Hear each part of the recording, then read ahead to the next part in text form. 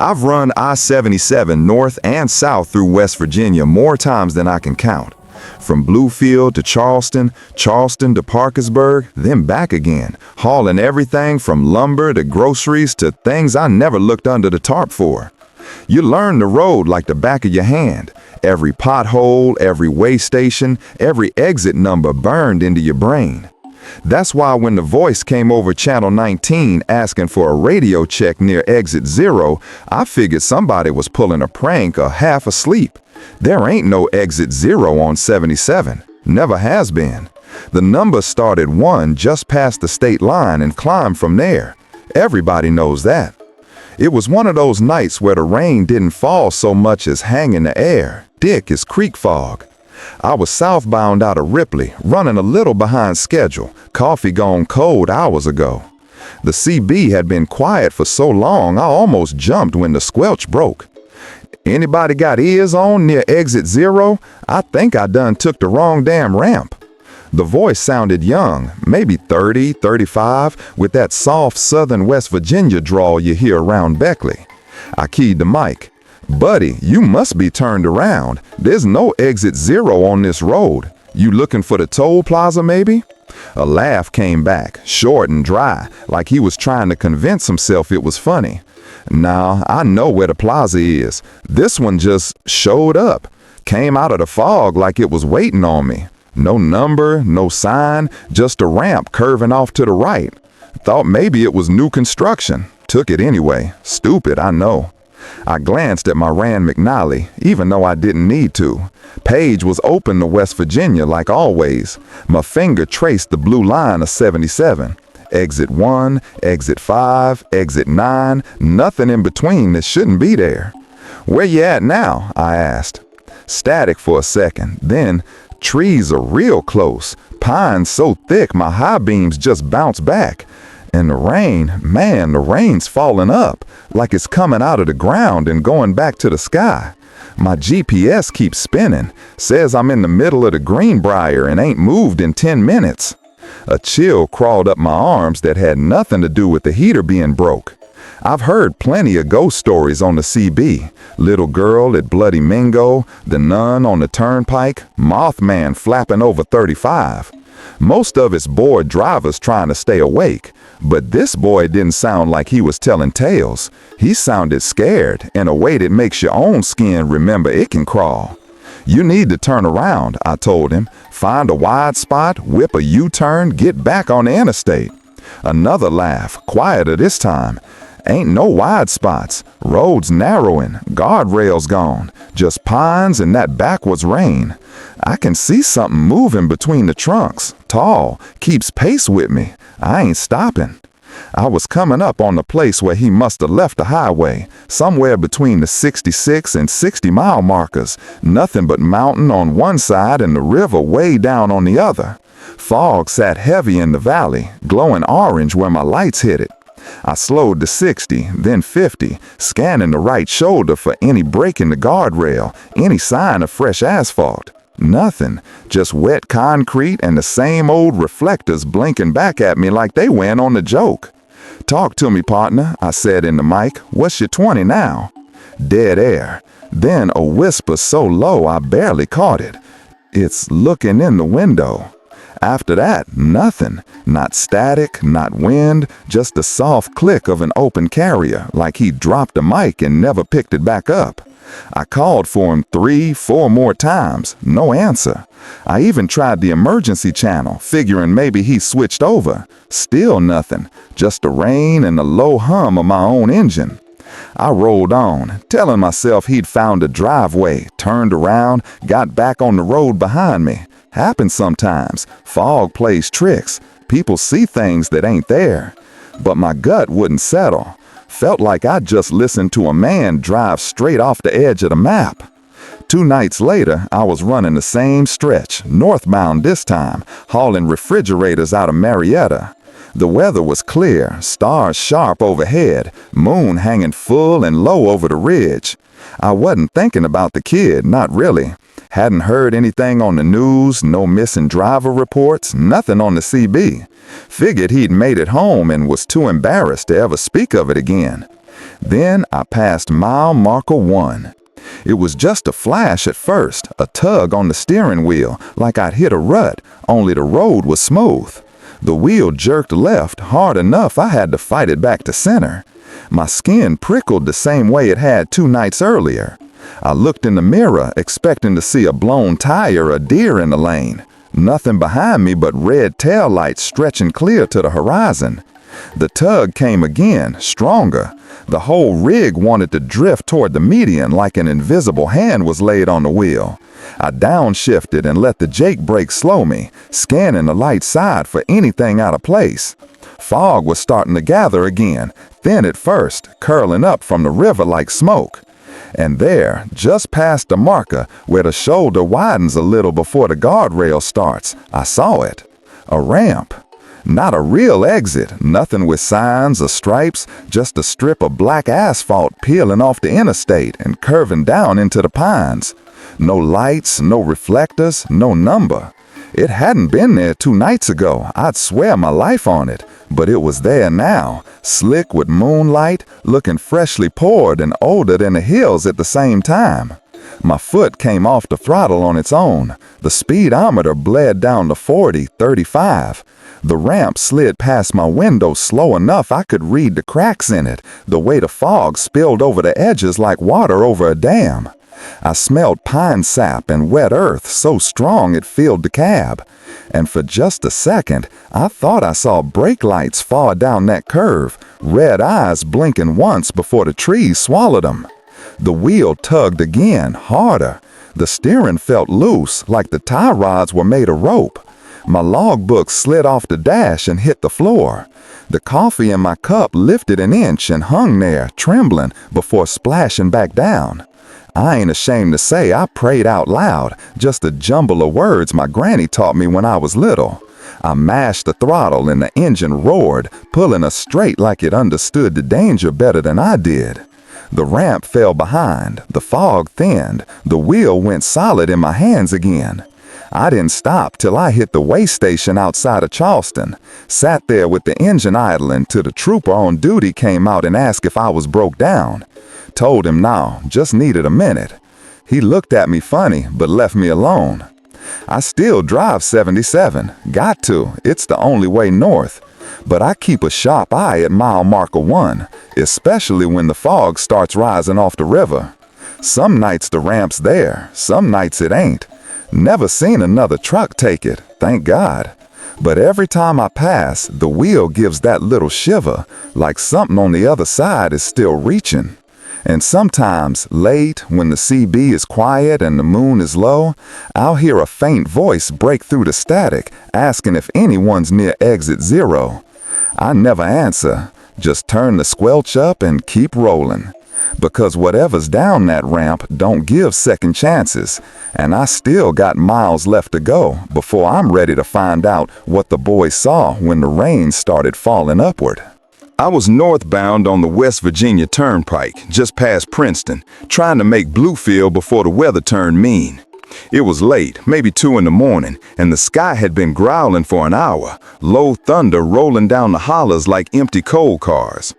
I'd picked up a load of pipe in Beckley and was running light in the Hammer lane, coffee gone cold, radio quiet except for the occasional skip from a driver out of Knoxville talking about his ex-wife's new boyfriend. Then the rain started. Not normal rain. It came down heavy and straight, the kind that makes the wipers groan. But the moment my headlights hit it, the whole world turned the color of fresh liver. At first, I thought it was the sodium lights along the median playing tricks, but the drops hitting the windshield were dark, thick, almost oily. When the blades swept across, they smeared instead of cleared, leaving long rust-colored streaks that looked like handprints trying to hold on. I slowed, flipped to high beams, and the rain lit up red as blood under the LEDs. The smell crept in through the vents, sharp, metallic, like a mouthful of pennies warmed by breath. My stomach flipped. I've driven through every kind of weather these mountains can throw, but nothing ever smelled like that. I keyed to Mike. Anybody else seeing this crap? Looks like we driving through a slaughterhouse. The channel exploded. Voices piled on top of each other, Carolina draws, Kentucky twang, Jersey accents, all saying the same thing. Red rain, smells like copper, wipers making it worse. Somebody out of Roanoke sent his dog was going crazy in the sleeper, whining and hiding under the bunk.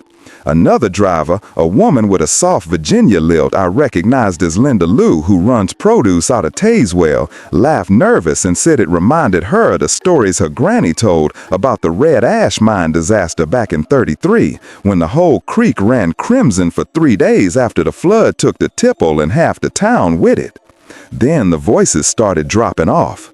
Not fading, dropping. One second, a man from Ohio was cursing up a storm about his windshield looking like a crime scene. The next, his carrier was open and empty, just wind howling across an open mic somewhere. Then Linda Lou again, voice cracking, saying she could see brake lights ahead, but nobody was slowing down, like the trucks were driving themselves. After that, nothing from her either, just a soft hiss of dead air and the wet slap of red on glass. I kept rolling because stopping felt worse. The red got thicker, coating the headlights until the road ahead was only a dull glow. The smell filled the cab now, thick enough to choke on. I cracked the window, and the droplets that hit my cheek were warm. My skin crawled like it recognized the temperature. I tried not to think about red ash, about the 87 men and boys who never came up after the water broke through the old workings, about the stories that say on certain nights when the pressure drops just right, the mountain bleeds out through the rain to remind the living what it's holding. Mile marker 9 came and went, then 8, then nothing. The markers were there, but the numbers were gone, washed clean or never painted. I couldn't tell. The CB went graveyard quiet. No static, no skip, no distant preaches, just a low throb of my own engine and the rain keeping perfect time with my pulse. I passed shapes on the shoulder, big rigs I'd been talking to 10 minutes earlier, hazards blinking slow like dying fireflies, doors hanging open, no drivers in sight. One Kenworth I recognized by the mud flap girl on the back belonged to a fella out of Kingsport everybody called Preacher Bill. His Bible was always open on the dash. The cab light was on, pages flipping in a wind I couldn't feel, and the seat was empty. The last voice I heard was Linda Lou again, faint, like she was speaking from the bottom of a well. "I'm sorry," she whispered, over and over, until the words smeared together into a sob. "Tell them at Red Ash I'm sorry." Then her mic cut out with a soft click, the way you close a door on someone you'll never see again. I drove until the red thinned and the rain turned clear again, somewhere south of Bluefield where the valley opens up and the mountains step back a little. The smell left all at once, like a hand letting go of my throat. The CB stayed dead. I never saw another truck the rest of the night, not one. When the sun came up pale and ashamed over the ridge, the turnpike was empty in both directions as far as I could see. I still find flakes on the visor some mornings when the humidity climbs, tiny rust-colored flecks that weren't there the night before. They brush off easy, but always come back. And sometimes when I'm fueling up at the Princeton Travel Plaza, I catch a glimpse of Linda Lou's rig in the lot. Same purple cab over with the butterfly on the door, same Virginia plates, only the paint's faded like it's been sitting 10 years instead of 1. I never walk over to check. I just pay for my coffee and leave. The official story was a red dust storm blown in from a strip mine in Kentucky, some chemical they won't name. Nobody ever found the missing drivers. Their trucks turned up weeks later, scattered along the turnpike like toys a child got tired of, logbooks open to the same blank page, radios cold. I still run that road, have to. But when the barometer drops and the sky starts bruising purple over Princeton, I take the long way around on 52, no matter how many hours it adds. Some storms you don't drive through, some blood the mountain ain't finished spilling. And every time the first drop hits the windshield warm, I smell pennies and hear Linda Lou crying soft in the static, saying she's sorry for whatever she did at Red Ash that the rain still remembers. I don't know what she done. I just know the mountain does. And it's patient. I was eastbound on Route 33, coming down off Rich Mountain headed toward Elkins, on one of those nights when the rain feels personal. It had been falling since dark, thick, cold drops that hit the windshield like thrown gravel, and the fog sat low in the hollers so that every curve was a gamble. I left the yard in Buckhannon late, hauling a load of rough-cut oak for a mill in Beverly, and the coffee I'd bought at the Go-Mart was already a memory. The radio had quit picking up anything but preacher static somewhere west of Norton, so it was just me, the engine, and the steady slap of wipers fighting a losing battle. I came around a blind left-hander where the mountain dropped straight off into darkness on the right and saw it. A deer, big 10-point buck, standing square in my lane like it owned the road. Antlers wide and pale, eyes catching my headlights and throwing them back red. It didn't flinch, didn't turn, just stared straight at me the way deer never do. I hit the Jake brake hard enough to lock the trailer wheels and felt the whole rig shudder. Too late. The impact was solid, a heavy thud that rattled my teeth and peeled the bumper back like the lid on a sardine can. I heard antlers scrape metal, long and slow, like fingernails dragging across tin. The steering wheel jerked in my hands, and the cab filled with the smell of hot brakes and wet fur. I rolled to a stop half on the shoulder, hazards blinking, heart hammering so loud I could feel it in my throat. I grabbed a mag light from under the seat and climbed down into the downpour. The rain was warm for October, almost hot, and it soaked me before I'd taken 3 steps. I walked back slow, shining a light along the yellow line, expecting blood, hair, pieces of something that used to be alive. Nothing. Pavement clean except for water running pink in the cracks where my antifreeze was leaking. No body in the ditch, no drag marks, no broken brush on the bank. Just the echo of that thud still ringing in my chest. I swung the light up to the truck. The bumper was curled open like a grin, chrome peeled back in ribbons. Deep gouges ran the length of the hood where antlers had raked, but they weren't right, too straight, too even, like they'd been cut with a saw instead of torn by bone. I stood there a long minute, rain drumming on my hat, trying to make sense of it. Then I saw the windshield. Big block letters written in the condensation on the inside of the glass, backward, so you could read them from outside. Help me. The letters were fresh, dripping slow, each one 6 inches tall. I hadn't written them. Nobody had been in the cab but me. My breath fogged the glass when I leaned close, but the words stayed clear, like the truck was breathing for someone else. I don't know how long I stared. Long enough for the rain to wash most of the pink off the pavement. Long enough for the mountain to go quiet except for water in the culverts. I climbed back in, hands shaking so bad I could barely get the door shut. The smell of wet dog was thick in the cab now, strong enough to taste. I cracked the driver's window 2 inches and left it there, telling myself it was to clear the fog, knowing better. I drove the rest of the way to Elkins with one hand on the wheel and one on the tire thumper, eyes flicking to the mirrors every heartbeat. Every reflector post looked like eyes. Every shadow between the trees looked tall and antlered. The gouges on the hood caught the dash light and seemed to move when I wasn't looking straight at them. Twice I thought I saw something in the sleeper, a shape crouched low behind the curtain, breathing slow. Both times I told myself it was the spare jacket hanging on the hook. I dropped the load at the mill just after 4, told the night watchman I'd hit a deer. He walked around the truck, shone his light on the damage, whistled low. "Big son of bitch," he said. "Where's the carcass?" I didn't answer, just signed the bill and pulled out. I still run 33, have to. But I take the long way around Rich Mountain when I can, and I never drive it at night if the rain's coming down warm. Some storms you feel in your marrow, and you know to stay off certain roads. The bumper got replaced, the hood got painted, But if you look close on a foggy morning, you can still see faint lines under the new paint, straight and deliberate, like something measured twice before it cut.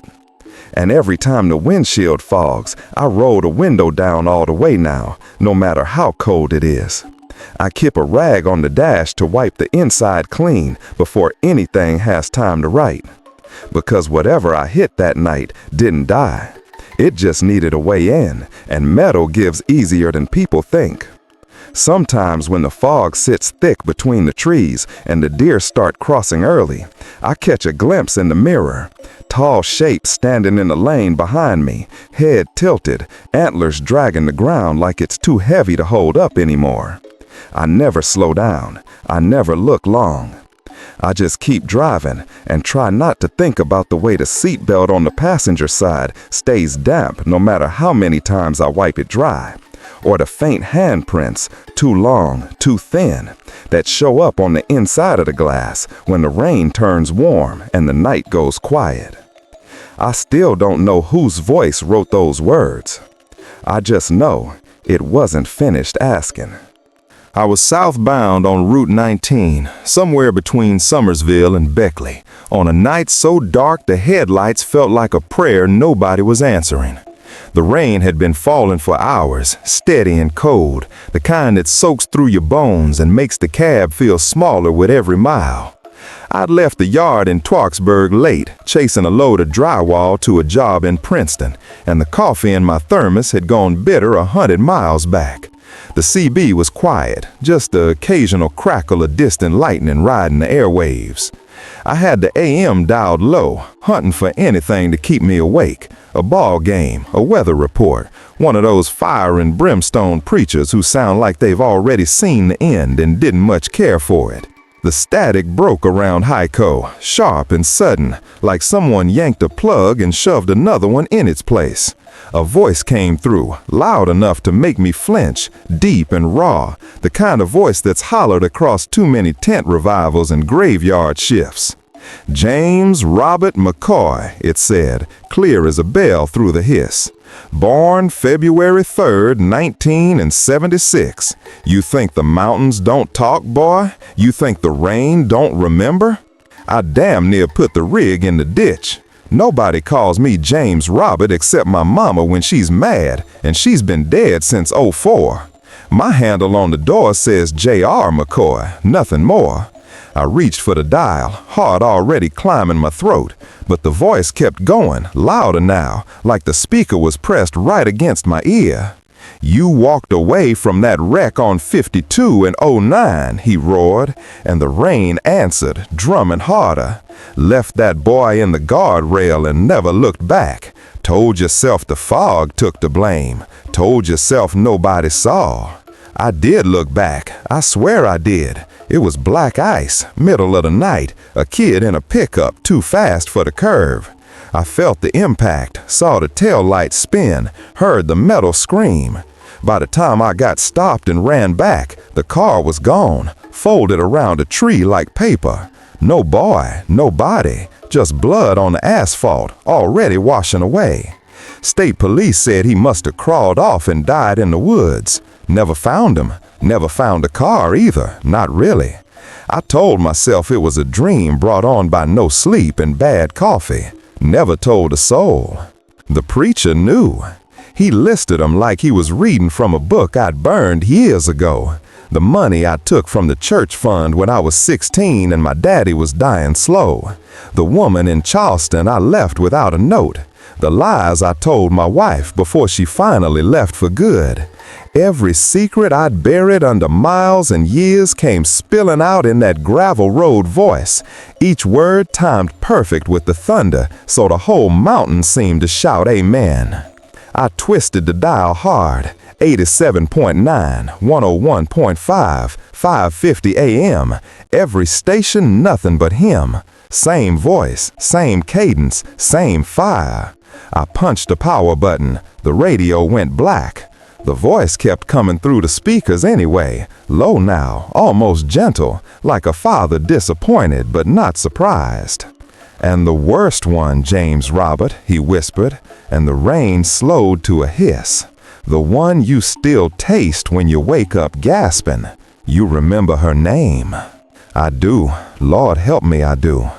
The wipers froze mid-swipe, stuck straight up like surrender. The windshield turned into a solid sheet of water, the world outside erased. The truck kept rolling, but slower, like something else had its foot on the throttle. I grabbed the wheel with both hands, sweating cold. The voice filled the cab, soft as a lullaby now, listing details I'd never spoken aloud, never even written down. When he said her name, soft, slow, like a prayer, the overhead light flickered once and went dark. I pulled over blind, tires skidding on the wet shoulder, hazards clicking like a dying clock. The engine idled rough, shaking the whole frame. Rain hammered the roof in perfect rhythm with the words still leaking from the dead radio.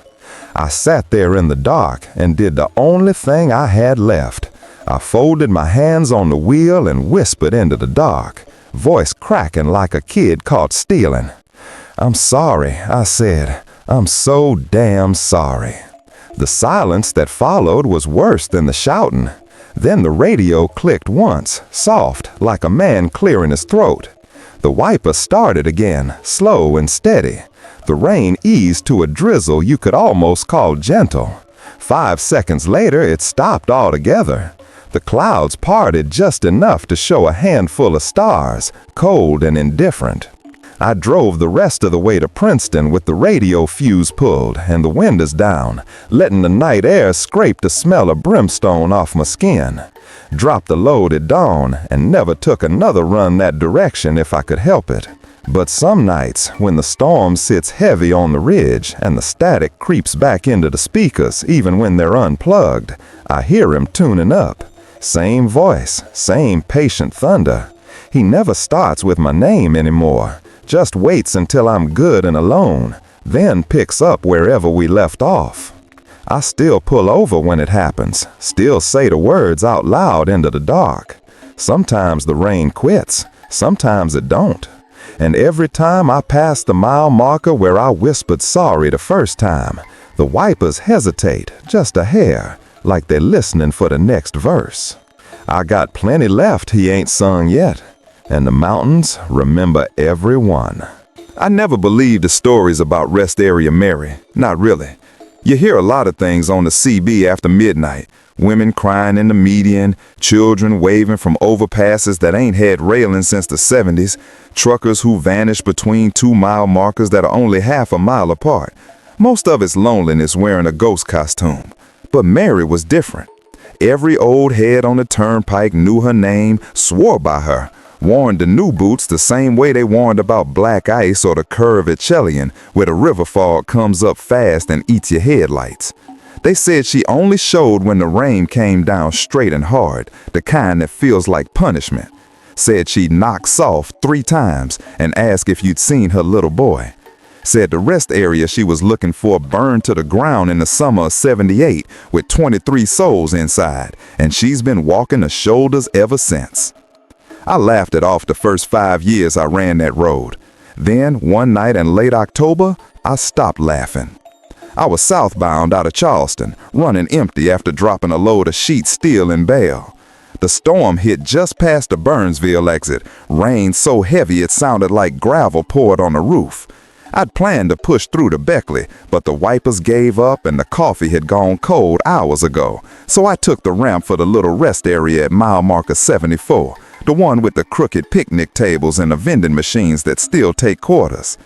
Place was deserted, just puddles and sodium lights buzzing orange through the downpour.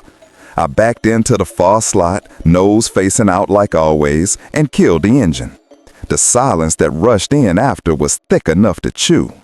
I just poured the last of the thermos when the knock came. 3 taps, soft, almost polite on the passenger door. I figured another driver needing a jump or a phone happens. I leaned over and hit the window switch. The glass dropped 2 inches and the rain smell rolled in, cold and clean. She stood just outside the circle of the dome light, soaked through. A woman maybe 35, 30, hard to tell, wearing a thin cotton dress the color of creek mist. hair black and straight, plastered to her cheeks, bare feet in the puddles. She didn't shiver, didn't blink, just looked up at me with eyes so dark they swallowed the light. "Have you seen my little boy?" she asked, voice soft, like she was afraid to waken somebody. "He's 8, wearing a red jacket. He wandered off." I started to tell her there was nobody out here, that she needed to get inside somewhere warm before she caught a death, but the words stuck. Something about a face wouldn't let 'em out. It was pretty in a plain mountain way, but too still, like a photograph left in the sun. And the dress, thin as it was, looked old, the hem frayed the way clothes get when they've been washed 1,000 times with lye soap. "Ma'am, this place is closed up tight. Ain't been open since," I stopped myself, "since '78. I didn't want to say it out loud. She tilted her head, water dripping from her lashes. "He likes trucks," she said, "likes to watch the big wheels turn. Said he was going to the bathroom and never came back." She lifted one hand and rested it on the door, fingers pale and pruned. "Can I come in out of the rain just a minute? I'm so cold." I should have said no. Every story I'd ever heard screamed it. But she looked like somebody's mother, somebody who lost the only thing that mattered. And the cab was warm and I still had half a sleeve of cookies in the console. My hand hovered over the lock. Lightning cracked hard enough to rattle the windows. In that white flash, I saw her clear. Same woman, but younger, maybe 19, 20. Face rounder, eyes brighter, dress less faded. Then the dark rushed back and she was 35 again. I didn't unlock the door. "I'm sorry," I said, and my voice sounded small. "I ain't seen him. You need to get back to your car. Call the state police." Her smile didn't change, but something behind it did. "He's here," she whispered. She pressed closer to the glass. "Let me in, just for a minute. He's scared of thunder." Another flash. This time she looked 16, cheeks still holding baby fat, hair in braids under the wet. The dress was newer, the pattern brighter. My stomach turned over slow. I rolled the window up until only an inch remained. "I can't," I told her. "I'm sorry." She stayed there, hand flat against the glass, watching me. The rain never seemed to touch her no more. It fell through her like she was made of smoke. Lightning kept striking, farther off now, and every time it lit the lot, she was younger, 12, 10, 8, 6. A little girl in a woman's soaked dress, getting smaller with every flash, until the thunder sounded like doors closing far away. I sat frozen, one hand on the key, afraid to start the engine, afraid to look away. She never knocked again, just stood there shrinking, eyes locked on mine, until the storm finally started to ease and the lightning quit altogether. When the rain turned to a whisper, she was gone. No footsteps, no splash, no shadow moving across the puddles. Just the smell of wood smoke and wet ashes drifting through the vents. I waited another 10 minutes, maybe 20, before I climbed down to check. The pavement was empty, no prints leading the way, no child in a red jacket hiding between the trucks. Only thing out of place was my passenger window. On the outside, right where her hand had been, was a single small palm print, no bigger than a kindergartner's, water still beading in the creases. I wiped it off with my sleeve. It came right back, clearer, like the glass remembered. I drove out of there slow, headlights cutting tunnels through the dying rain. The rest area shrank in my mirrors and disappeared around the first bend. I kept waiting for something to move in the sleeper, for a small voice to ask if his mama was coming. Nothing did. My coffee was still warm when I drank it cold an hour later. I still run a turnpike, can't avoid it, but I never stop at mile marker 74 anymore, not even when the lot's full and my eyes are crossing. And when the rain comes down straight and hard like nails on tin, I keep the windows up and the doors locked and the radio turned loud enough to drown 3 soft knocks. Because some mothers never stop looking, and some little boys never quite make it back to the car. I still check the bunk every morning, still find the seatbelt damp sometimes, though I travel alone. and every time the lightning flashes just right, I swear I see a small red jacket folded neat on the mattress, waiting for someone to claim it. I never do. I've been running freight out of Raynell for years, mostly lumber and coal, but every once in a while you get a sealed reefer that nobody wants to talk about. Company calls them hot loads, meaning drop the pickup slip in the box, hook to whatever trailer they point at, and don't ask questions. That night in early November, it was raining sideways, the kind of cold, steady pour that finds every crack in your collar and keeps it there. The yard was empty except for the night loader, a quiet fella named Arnie who just waved me over to door 3 and handed me the bills through the window without a word.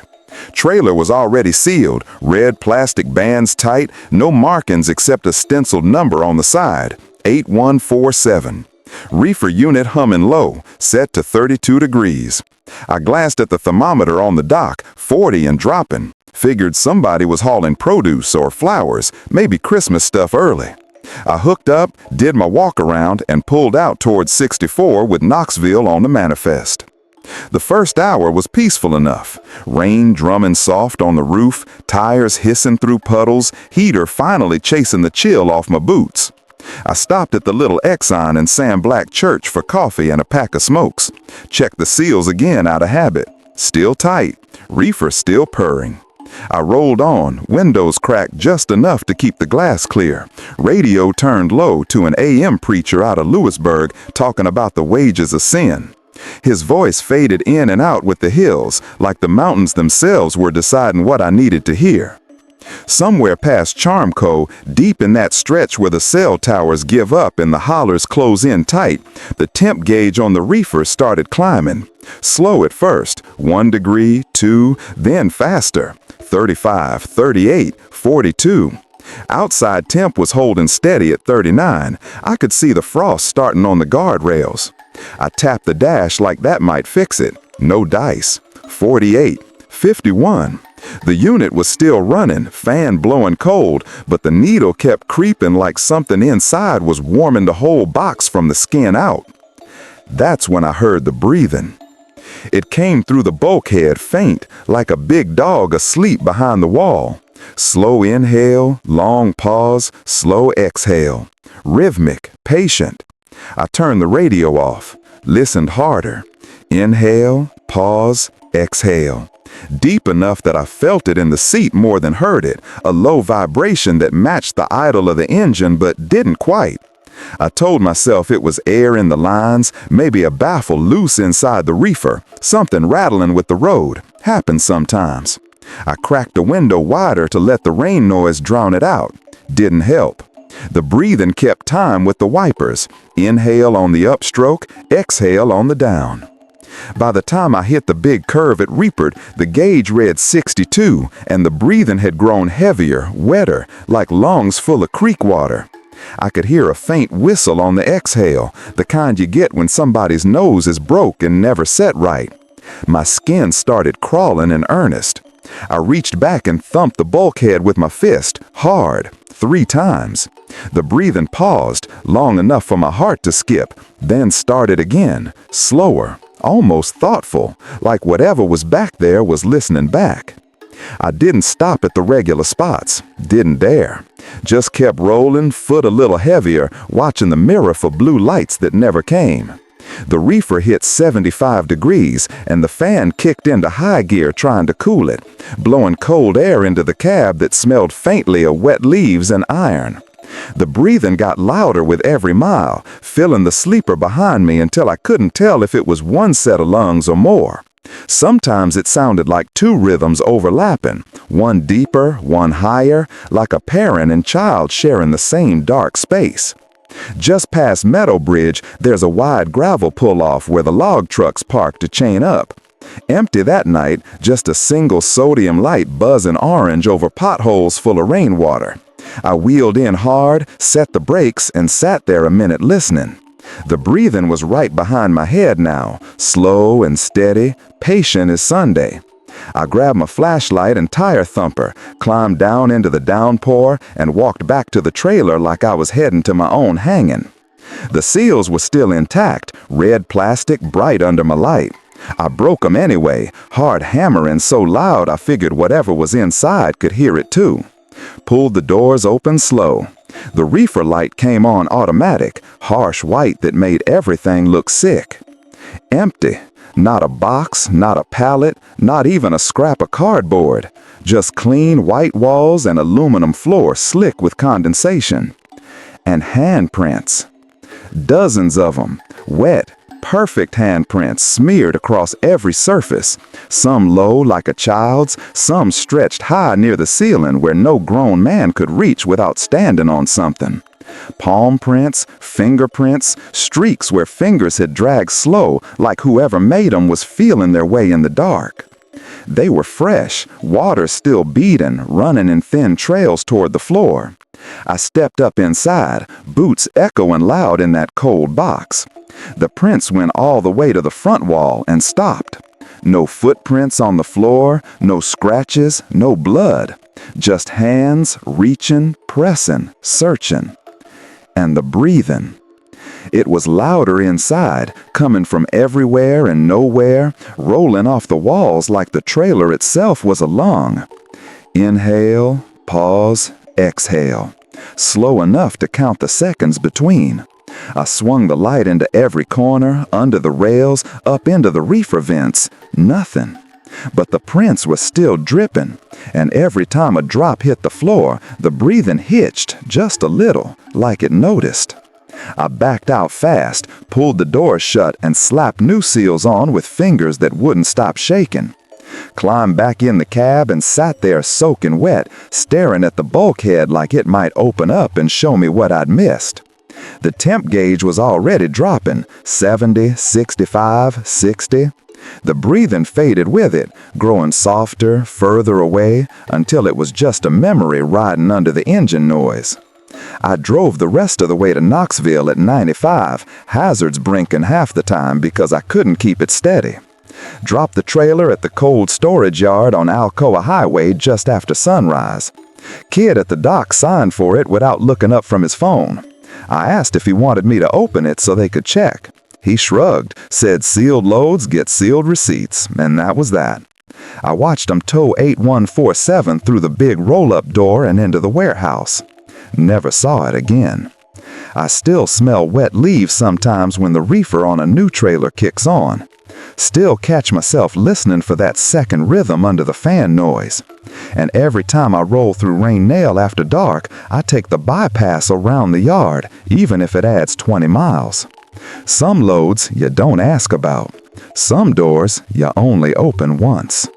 Because whatever was in that trailer didn't need food or water or light.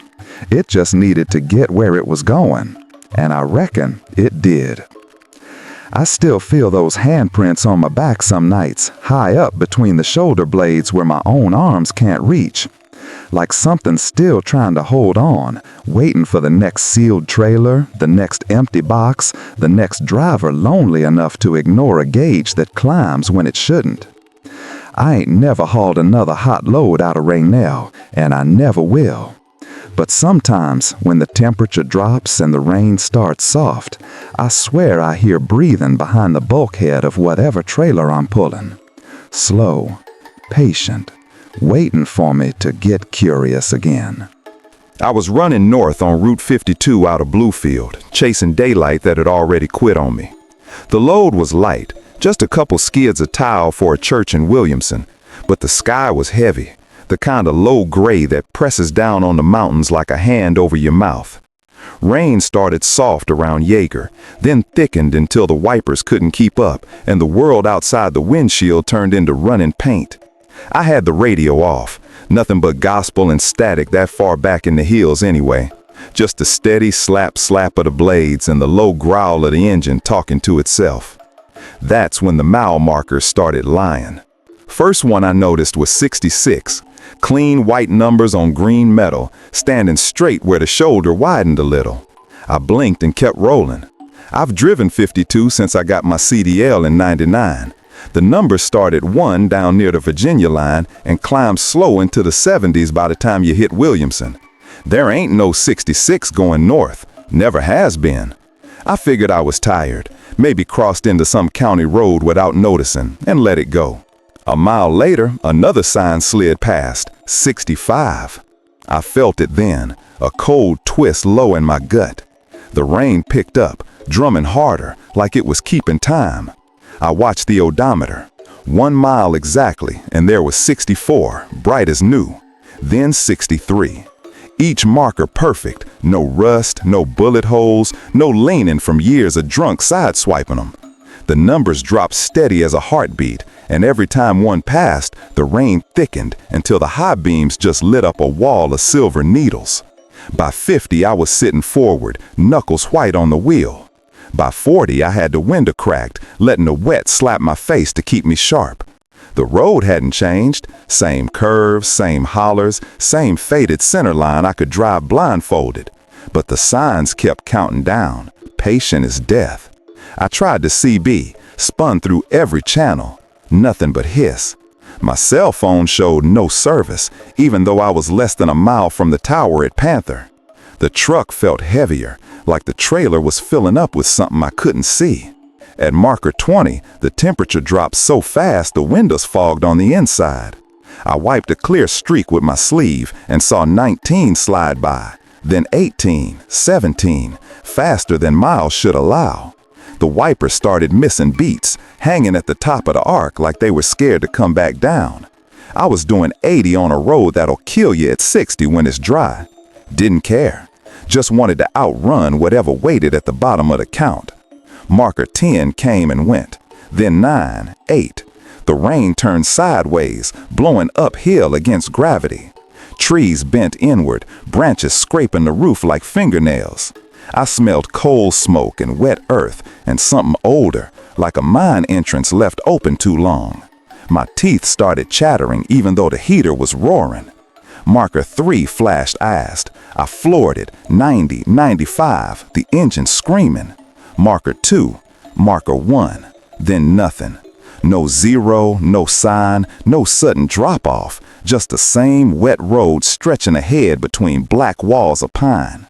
I let off the throttle, coasting, waiting for something to happen, a wreck, a washout, a hole in the world. My heart was hammering so hard I tasted iron. The wipers stopped dead at the top of their stroke. The rain on the windshield didn't run down anymore. It hung there, trembling, then slowly, like a finger writing in frost, spelled a single digit across the glass from the outside. 0. Backward. Perfect mirror image, every drop placed deliberate. I slammed the brakes and slid to a stop crooked across both lanes. The engine died on its own. Silence rushed in so complete I heard my pulse in my ears. I sat there maybe 10 minutes, maybe an hour, too scared to move, watching that 0 drip and reform every time the wind shifted.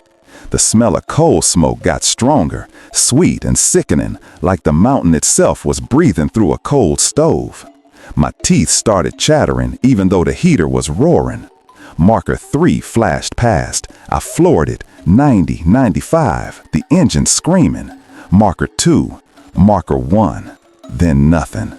No zero, no sign, no sudden drop-off, just the same wet road stretching ahead between black walls of pine. I let off the throttle, coasting, waiting for something to happen, a wreck, a washout, a hole in the world. My heart was hammering so hard I tasted iron. The wipers stopped dead at the top of their stroke. The rain on the windshield didn't run down anymore. It hung there, trembling, then slowly, like a finger writing in frost, spelled a single digit across the glass from the outside. 0. Backward. Perfect mirror image, every drop placed deliberate. I slammed the brakes and slid to a stop crooked across both lanes. The engine died on its own. Silence rushed in so complete I heard my pulse in my ears.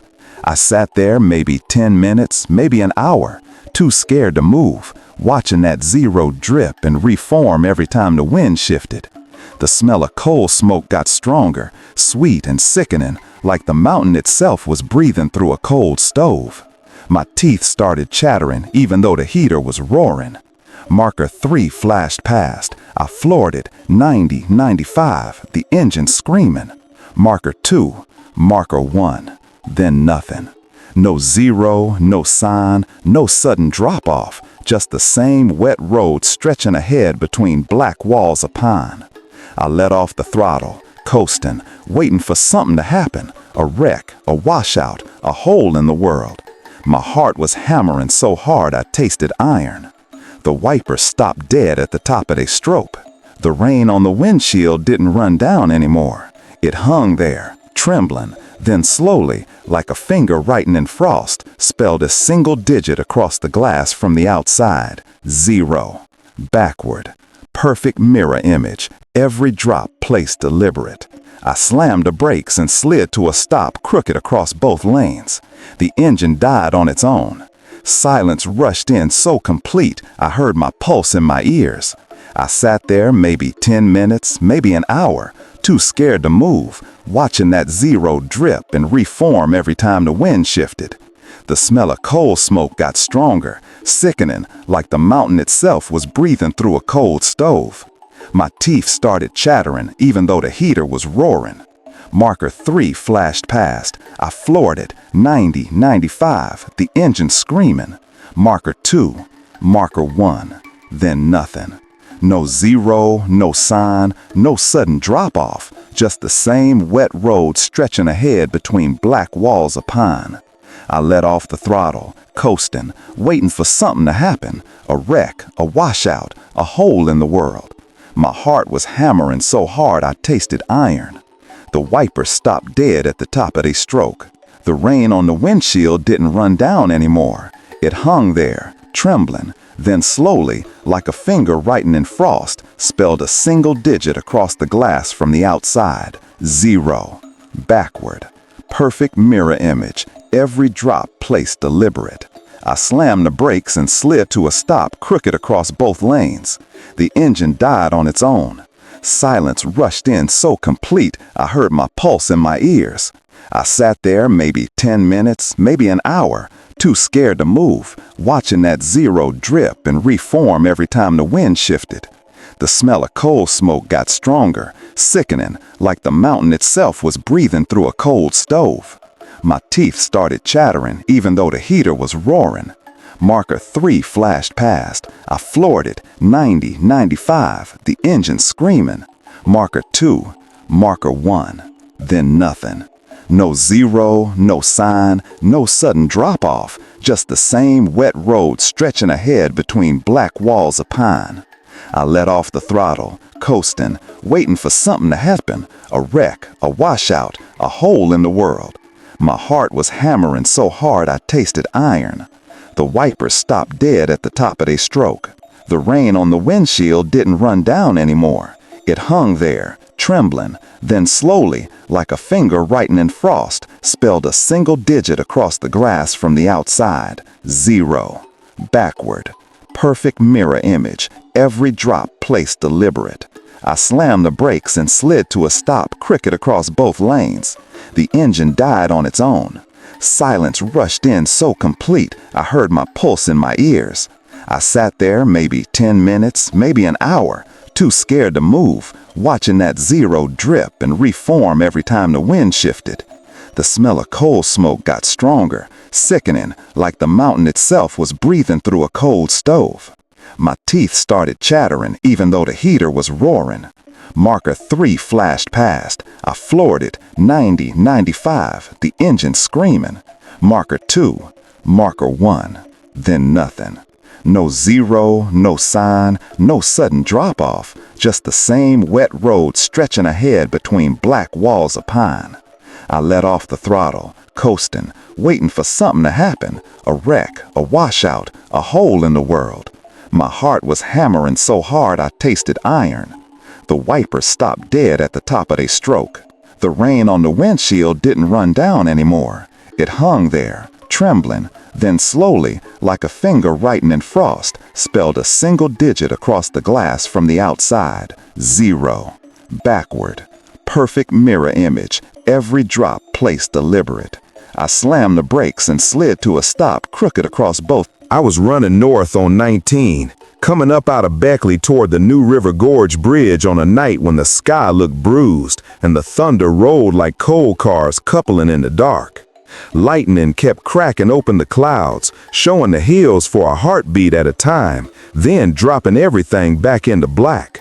I dropped my load in Princeton and was bobtailing home to Summersville, windows cracked just enough to let the wet wind slap me awake.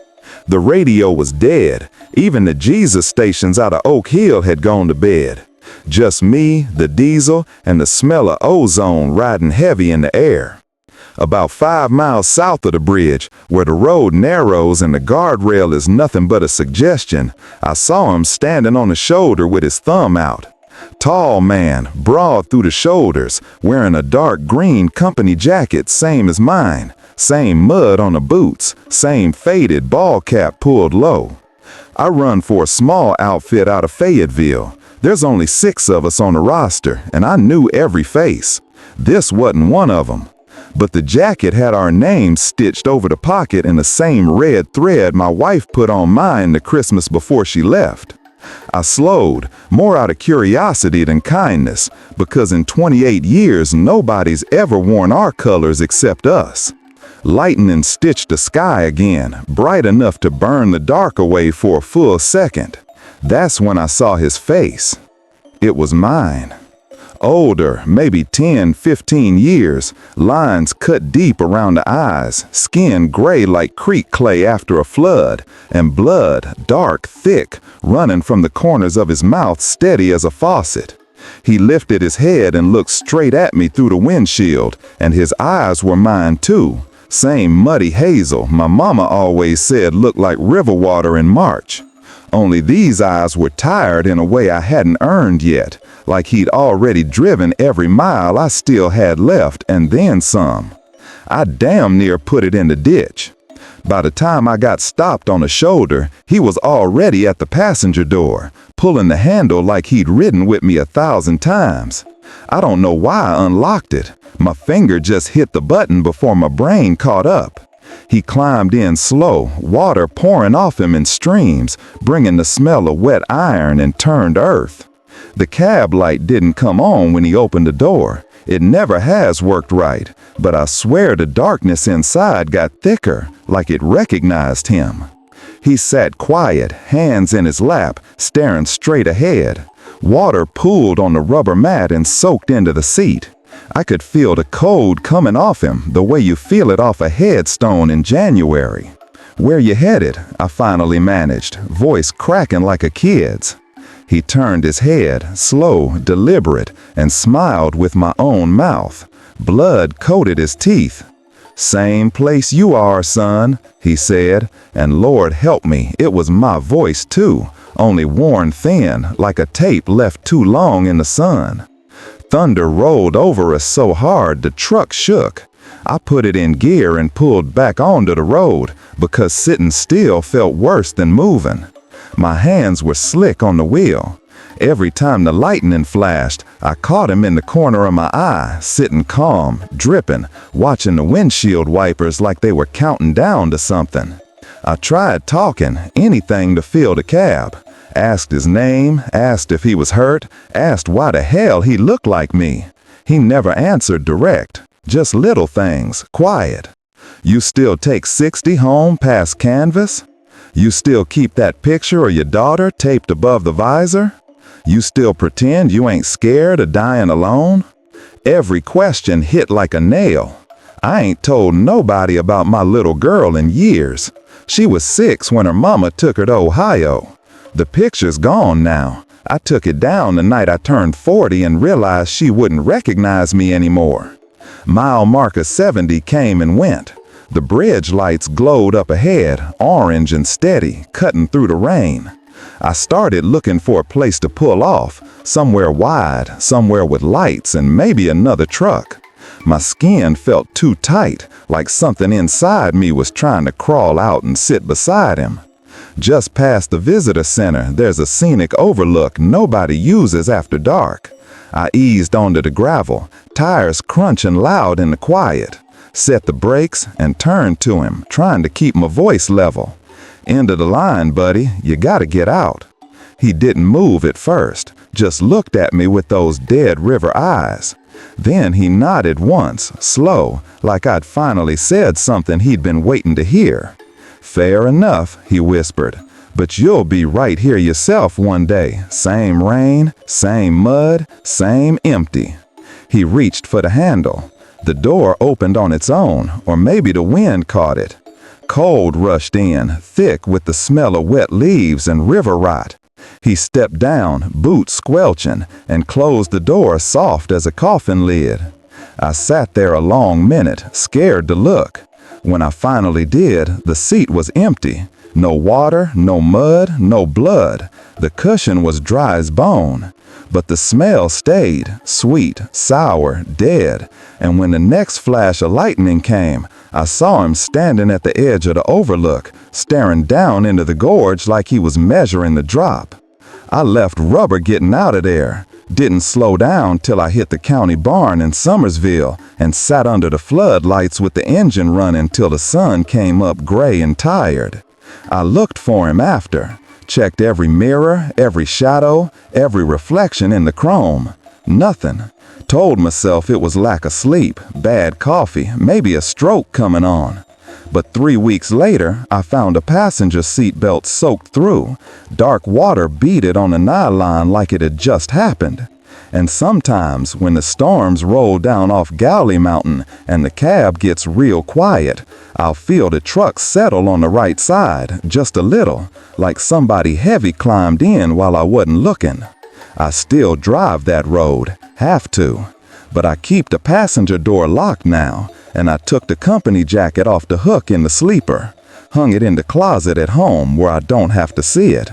Some nights I wake up tasting blood I ain't spit, and I know he's still riding somewhere ahead of me, waiting for the day I get tired enough or lonely enough to pull over and let him finish the trip.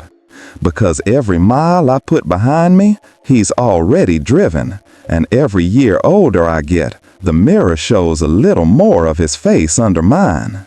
I ain't ready to meet him at the edge yet, but I can feel the overlook coming. I've always hated the West Virginia Turnpike at night. Something about the way the mountains close in and the concrete barriers turn the whole road into a chute makes a man feel like he's being funneled somewhere he don't want to go. That night, it was worse than usual. Rain came down in sheets so thick you couldn't tell where the sky ended and the pavement began. My wipers were on high and still losing ground, smearing water across the windshield like they were trying to wipe something away that wouldn't leave. I was northbound out of Beckley, hauling a load of furniture for a store in Charleston, running late because of a wreck near Ghent that backed traffic up for 2 hours. It was pushing 1:30 in the morning, and the only voices on the CB were a couple of boys out of Knoxville talking about lottery tickets and coffee that tasted like battery acid. Then the squelch broke on Channel 9, the emergency channel nobody uses unless something's gone real wrong. The voice was faint at first, riding under the static like it was coming from a long ways off. Male, older, slow and deliberate, the kind of voice you hear from deacons right before they pass the plate. "If you hear me, don't stop for the church bus." That's all he said. Then silence, then the same words again, same calm cadence, like a recording stuck on a loop. "If you hear me, don't stop for the church bus." I glanced at the radio. The red LED read 09. I never leave it there. Truckers know you keep it on 19 unless you're bleeding or burning. I reached to switch back, but my hand stopped halfway. Something in the way he said it, not scared, not angry, just certain, made the cab feel smaller. I keyed the mic. "Say again, Breaker, you got a problem?" Nothing, just rain and the low growl of my engine. The message kept coming every 30 seconds or so, never louder, never faster. I tried to laugh it off, some kid with a linear amplifier messing with drivers, or maybe an old preacher who fell asleep with his key stuck. But the words started working under my skin the same way the rain worked under my collar. I've heard plenty of strange on the CB over the years. Ghosts, curses, women crying for help that ain't there. But nothing ever sounded as patient as this. About 10 minutes north of the Mahan curve, the highway dips down into a long hollow where the cell towers don't reach and the fog likes to sit. My headlights picked up flashing yellow lights ahead, faint at first, then stronger. An old school bus, the short kind churches used to haul kids to vacation Bible school, half in the right lane, half in the ditch. Hazards blinking slow and tired. Driver's door standing open. No brake lights, no interior lights, no movement I could see. The rain made everything shimmer, but I swear there weren't any tire tracks in the soft mud on the shoulder, no footprints leading the way, nothing to show how it got there or who'd been driving. I let off the throttle and felt the trailer sway as the jake brake bit. Common sense told me to stop. You see a church bus full of kids on a night like this, you stop, you check. That's what decent people do. But that voice was still in my head, calm as creek water, telling me not to. I eased into the left lane, slow, giving myself plenty of room. As I drew parallel, I looked over. The windows were dark, but in the flicker of the hazard lights I caught shapes inside, rows of them, small and still, like they were waiting for the driver to come back and take them the rest of the way home. Water poured off the roof in steady streams, and for just a second, I thought I saw a handprint on the inside of the glass, small, pressed flat, sliding down slow. I didn't touch the brake, just kept my foot steady and rode on past. The bus shrank in my mirrors until the rain swallowed it whole. The voice came back one more time, so close it felt like breath on my ear, even though the speaker was mounted over my left shoulder. Good man. Then the channel went dead. Not static, not a carrier, just a soft hush of nothing, like someone finally let go of the key. I drove the rest of the way to Charleston with a feeling I can't name. Part shame, part relief, part something colder. I kept waiting for blue lights behind me, for somebody to ask why I didn't stop, but they never came. When I got to the yard, I sat in the cab a long time listening to the engine tick itself cool. The rain had followed me all the way, drumming on the roof like it wanted in. Next morning, I called the state police non-emergency line, told them about the bus, gave them the mile marker. Dispatcher sounded half asleep, said they'd send a unit. 2 days later, I called again. Lady told me no record of any bus on the Turnpike that night. No calls, no wrecks, nothing. Asked if I'd been drinking. I hung up. I still run that road, have to. But every time the rain sets in sideways and the wipers can't keep up, I reach over and nudge the dial to channel 9, just for a second. Most nights, it's quiet. Once in a while, though, real faint, I'll hear him. Same slow voice, same words, like he's still riding somewhere ahead of me, keeping watch. And sometimes, when the fog sits low in that hollow near Mahan, I catch a flicker of yellow lights in the mirror that ain't there when I turn around. I never slow down. I never check the mirrors again. I just keep rolling and try not to think about the seats that might still be full, or the small handprints that never quite wash off the glass. Because whatever happened to that bus, whatever's waiting in the ditch when the rain sings loud, it don't want witnesses. And the man on Channel 9 is the only one still trying to warn the rest of us. I reckon one of these nights I'll hear him say my name. And I still don't know if I'll be strong enough to keep driving. I've driven the stretch between Charleston and Huntington more times than most men have birthdays. West Virginia 64, then up on the I-64, past the chemical plants glowing like falling stars, past a little truck stop at Nitro where the coffee tastes like diesel and the waitresses call you sugar even when they hate you. You learn the rhythm of it, the way the river keeps pace on your left, the way the hills lean in close enough to whisper. You learn where the scales are, too. There's the one at Institute that's open 24. The one outside Milton that's usually manned by a trooper who looks like he ain't smiled since raking. And then there's nothing but dark road until you hit the Ohio line. That's why when my pre-pass started chirping red at 3:07 a.m. on a Tuesday night in March, I cursed loud enough to fog the windshield. I was bobtail, running an empty flatbed back to the yard in Huntington after dropping a load of pipe in South Charleston. Light as a feather, maybe 28,000 pounds all told. No reason on God's earth for the scale to want me. But the sign was lit, open, green as new money, and a brand new looking building sat where nothing but weeds and a cinder block shell had been the week before. I figured the state finally got funding. Happens sometimes. They'll close a place for years, then one day you roll by and it's all glass and steel like it grew overnight. The lot was empty except for a single security light buzzing over fresh asphalt that still smelled like tar. No cars, no trooper cruiser, no other rigs. Just a low hum of fluorescent lights inside and the rain ticking on my roof like it was counting down. I eased across the scale slow. The reader board flashed red. Gross, 68,400 lbs. Proceed to office. 4,000 pounds heavy on a bobtail? That's not a misread. That's a whole other truck riding invisible on my frame. I laughed at first, nervous kind of laugh, because computers glitch. Happens. I pulled around to the parking pad and set the brakes. The building looked brand new. Clean concrete steps, glass doors with that factory sticker still half peeled on one panel, plastic sheeting fluttering over what I guessed were new office chairs inside. Place even smelled like fresh paint and floor wax. I walked in under the awning, boots squishing. The lobby was lit bright enough to hurt your eyes after hours on a dark road. Rows of chairs, all wrapped in plastic. Counter with a little bell nobody ever uses.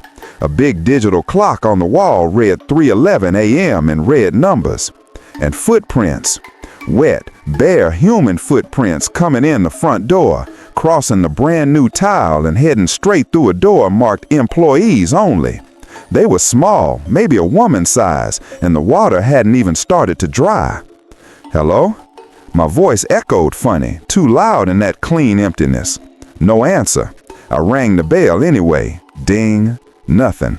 I waited a full minute, shifting from foot to foot, listening to the rain drum on the metal roof. The footprints bothered me more than the wait ticket. They were too fresh, and whoever made them had to be standing somewhere behind that door soaking wet and barefoot in March. I pushed through. The back hallway was longer than the building had any right to be. Fluorescent tubes flickering like they were arguing with the dark.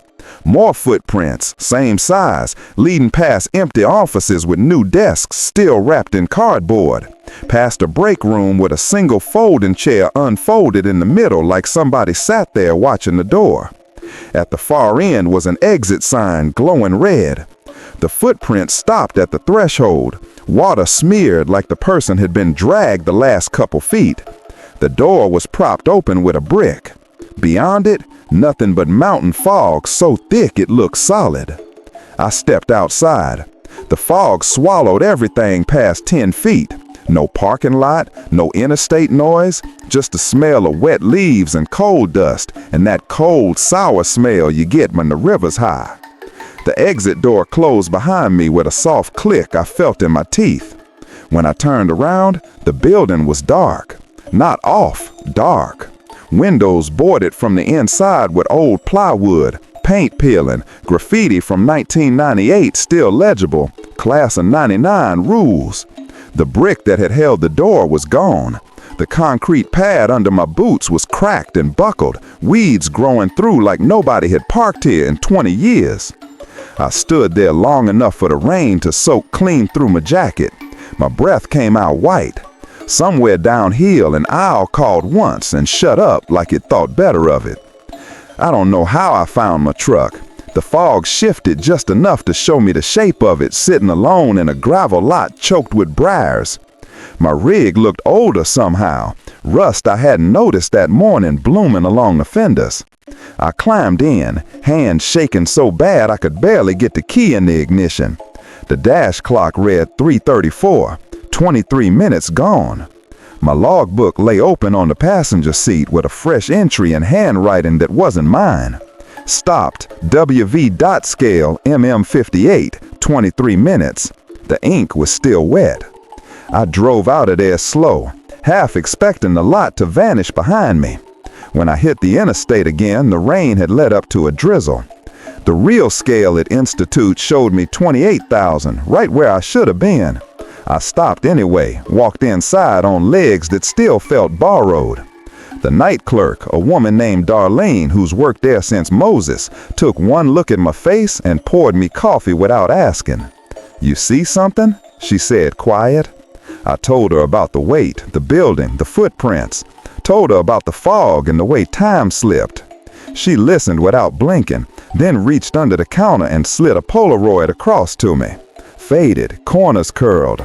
Same mile marker, same angle, but the building in the picture was the one I'd just walked out of. Boarded windows, roof half caved in, weeds tall as the doors. Taken in 2004, she said. Closed after a trooper went in one night and never came back out. They found his cruiser 2 days later at the bottom of the ravine. Keys still in it, radio melted like it had been struck by lightning that never happened. I still have that weight ticket. Keep it in the same sleeve as my license. Sometimes on nights when the fog sits heavy in the valleys, I feel the steering grow light, like the truck remembers being heavier. I'll catch a glimpse in the mirror of wet footprints on my catwalk that weren't there when I stopped. And every time I pass mile marker 58, I hold my breath until the overpass is behind me, because some places don't stay closed. Some doors only open when you're alone and the rain is soft and nobody's watching the clock. I never did find out whose feet made those tracks, or what they were waiting for in a building that hadn't been finished in this world for 20 years. All I know is whatever weighed my truck down that night left something behind. Something that still rides with me when the weather turns just right. And sometimes, when the scale lights flash green for no reason at all, I keep rolling. Because stopping's easy. It's the coming back that's hard. I'd been rolling south on 77 out of Beckley, trying to beat the clock to Princeton before the creeks rose. It was one of those mountain rains that don't come down so much as slam sideways, the kind that makes the wipers moan and the headlights feel useless. Past the Tamarack, the traffic thinned to nothing, just me and a couple other rigs fighting the wind and the water that sheeted across the lanes. My coffee was cold, the radio was preaching hellfire to nobody, and all I wanted was a dry bunk and 8 hours of sleep. That's when she stepped into the road. Not ran, not walked, stepped, like she'd been standing on the white line waiting for the exact second my lights would find her. Little thing, couldn't have been more than 9 or 10, barefoot in a faded sundress the color of creek clay. Hair plastered flat to her head, dripping. She was holding a Piggly Wiggly bag in both hands, raised up like an offering. I hit the Jake brake hard enough to rattle my teeth and eased onto the shoulder, hazards blinking, heart already kicking, because no child should be out here 2 in the morning in this kind of weather. By the time I got stopped, she was at my door, looking straight up through the glass. Her eyes were too big, too calm. Rain poured off her eyelashes, but she didn't blink. I rolled the window down a couple inches, just enough to hear her over the storm. "You want to buy a mayapple?" she asked, voice soft but clear, like the rain itself was carrying it. She lifted the bag. Inside were those big umbrella leaves, still green, still dripping, roots and all, like she'd yanked them straight out of the ground. "Little girl, it's pouring. Where's your mama?" I reached for the mic to call it in, but my hand stopped halfway. Something about the way she stood there barefoot on wet asphalt, not shivering, not scared, felt wrong in a way I couldn't name. "Daddy's waiting up the hollow," she said, tilting her head toward the dark wall of trees on the right. "He don't like to be kept waiting when the rain's singing." She smiled then, small and polite, the kind of smile kids give when they're repeating something they've been told 1,000 times. Mayapples bring luck on nights like this, $5. I keep a few bills in the side pocket for tolls. My fingers found a 5 without looking. I cracked the window wider and held it out. Here, now get home before you catch your death. She took the bill between 2 fingers, careful, like it might burn her. Then she leaned in close that I smelled wet earth and something sweeter underneath, like honeysuckle left too long in a jar. Her lips barely moved. He says you're late, Mr. Danny. I don't wear a name tag. My handle on the side of the door says D. Carver, nothing more. Nobody on the road calls me Danny except my ex-wife, and she ain't spoken to me in 6 years. The hair on my neck stood straight up. Who told you my name? She only smiled wider, turned, and started walking back the way she came, slow, barefoot steps that didn't leave prints I could see. The Piggly Wiggly bag swung at her side, leaves poking out the top like green fingers waving goodbye. I watched her cross the shoulder and disappear between the pines where there ain't no trail, no house lights, no nothing for 20 miles. I sat there a long minute, engine idling, rain drumming so hard it felt like the roof might cave. My hand went to my wallet and I pulled out the billfold just to prove to myself I'd imagined it. The 5 was gone. In its place was a single mayapple leaf, wet and perfect, folded neat as a letter. I still have that $5 bill. It's been 8 years and it's still in the same slot, right behind my CDL. The paper never dried. It stays soft, dark with water, George Washington's face blurred like he's been crying. Sometimes when I open the wallet, the smell of creek mud and honeysuckle rolls out strong enough to turn my stomach.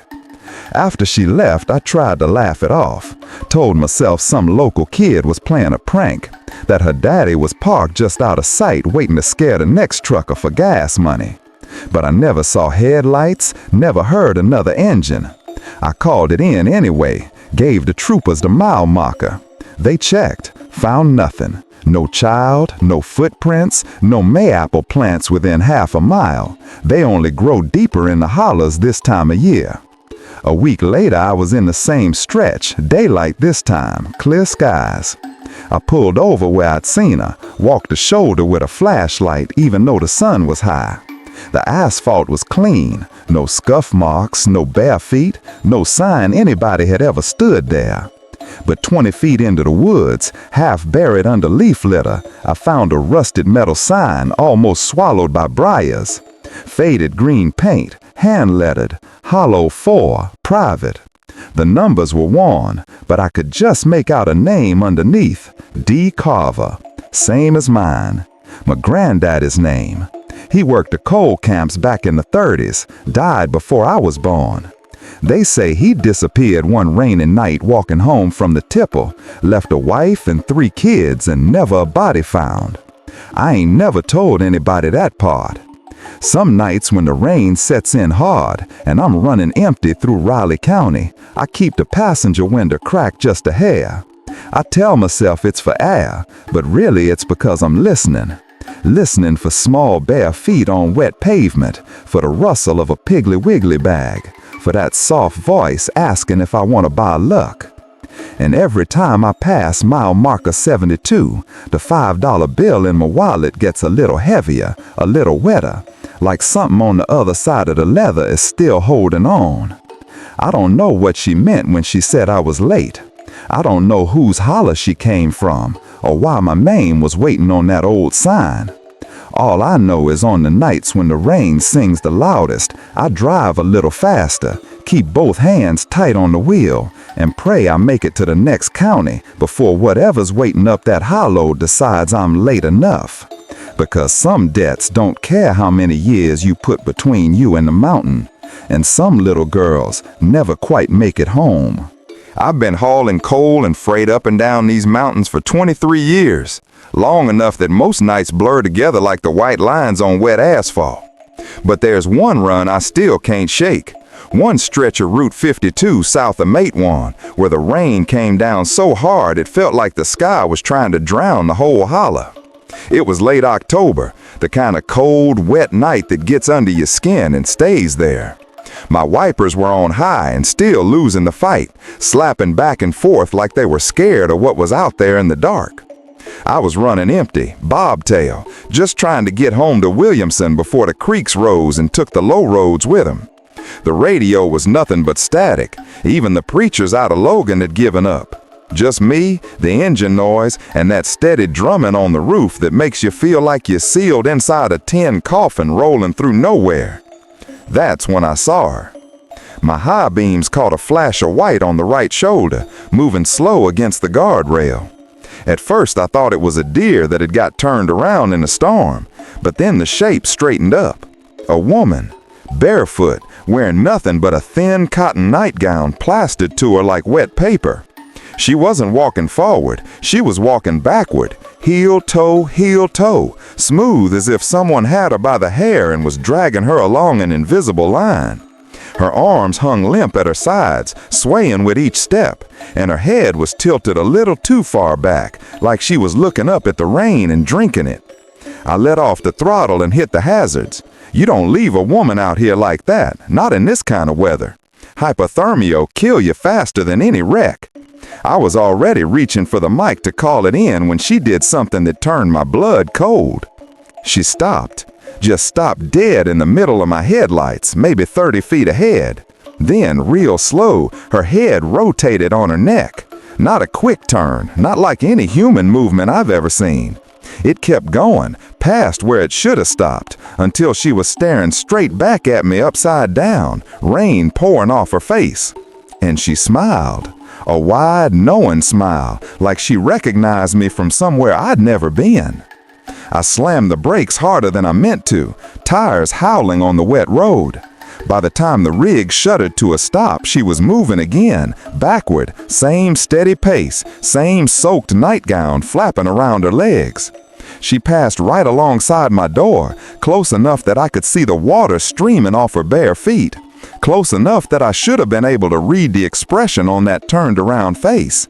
But the smile never changed, and her eyes stayed fixed on me the whole way. Then she was past, swallowed by the dark and the sheets of rain behind me.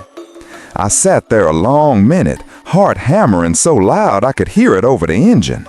My coffee had spilled all over the dash. The cab smelled like burnt Folgers and wet fear. I told myself it was drugs, or grief, or some poor soul who'd snapped after losing everything in the floods. Happens more than people think out here. I clicked the mic. Anybody southbound near mile marker 8? Got a pedestrian, female. Looks like she needs help bad. Dead air. Then a voice crackled back, faint, like it was coming through a tunnel. You see her too, don't you? I didn't recognize the handle. See who? The woman walking backward. My buddy saw her last week outside Red Jacket, said she smiled at him just the same. I told him where I was, told him she was barefoot and half naked and we needed to get her out of this storm. He went quiet for a long stretch, just the sound of his wipers in the background. Then, brother, she ain't going nowhere you can take her. I didn't like the way he said it. I really didn't like that he knew exactly what I'd seen. I put it in gear and rolled on, slower than before, watching both mirrors like a fool. The road curved along the river, black water rushing high on my left, mountain rising straight up on my right. Every reflector post looked like a pair of eyes watching me pass. I was doing maybe 45, fighting the urge to floor it, when my lights swept across the shoulder again. Same spot, same woman, same soaked nightgown, same backward steps. Only now, she was ahead of me. I know every curve on this stretch. I'd just passed that mile marker not 5 minutes earlier. There's no turnaround, no driveway, no place she could have come from. But there she was, walking backward into the dark like I was the one chasing her. I didn't stop this time, just eased off the gas and let her shrink in the mirrors. When she finally disappeared around the bend, I still didn't speed up. Felt like if I caught her again, something worse than a smile was waiting. 10 miles later, I pulled into the little Exxon at the 5211 split, the one with the busted neon sign that only ever says X. My hands were shaking so bad I could barely get the fuel cap off. There was another rig idling under the lights, an old Kenworth with Tennessee plates. Driver was standing outside smoking, rain dripping off the bill of his cap. He took one look at me and flicked the cigarette away. "You the one called about the woman?" he asked. I nodded, throat dry. He glanced back down the road I'd just come from. Saw her too, only she was walking forward for me. Same nightgown, same smile, like she knew my name. He rubbed the back of his neck. My mama used to tell stories about the backward walker. Said when the river runs high and the rain won't quit, she comes looking for the ones who still owe. "Oh, what?" My voice came out smaller than I wanted. He wouldn't meet my eyes. Whatever they took that wasn't theirs to take. We stood there a long time, two grown men getting soaked under a broken gas station light, listening to the rain drum on the tin awning. Neither of us said much more. He climbed back in his truck and pulled out northbound. I watched his taillights disappear into the same dark I'd just crawled out of. I never filled up, just sat in the cab with the engine running till the windows fogged. When I finally wiped a clear spot to see through, there was a wet handprint on the outside of the glass, palm flat, fingers splayed, right about where a passenger would rest that hand if they were riding shotgun. I ain't stopped on 52 after dark since. Not once. Some nights when the rain sets in hard and the wipers can't keep up, I still feel the cab tilt a little, like someone just settled into the empty seat beside me. I never look over. I just keep both hands tight on the wheel and pray I reach the county line before whatever she's dragging behind her catches up. Because some debts don't care how fast you drive. And some smiles you only see once, but they follow you the rest of your life.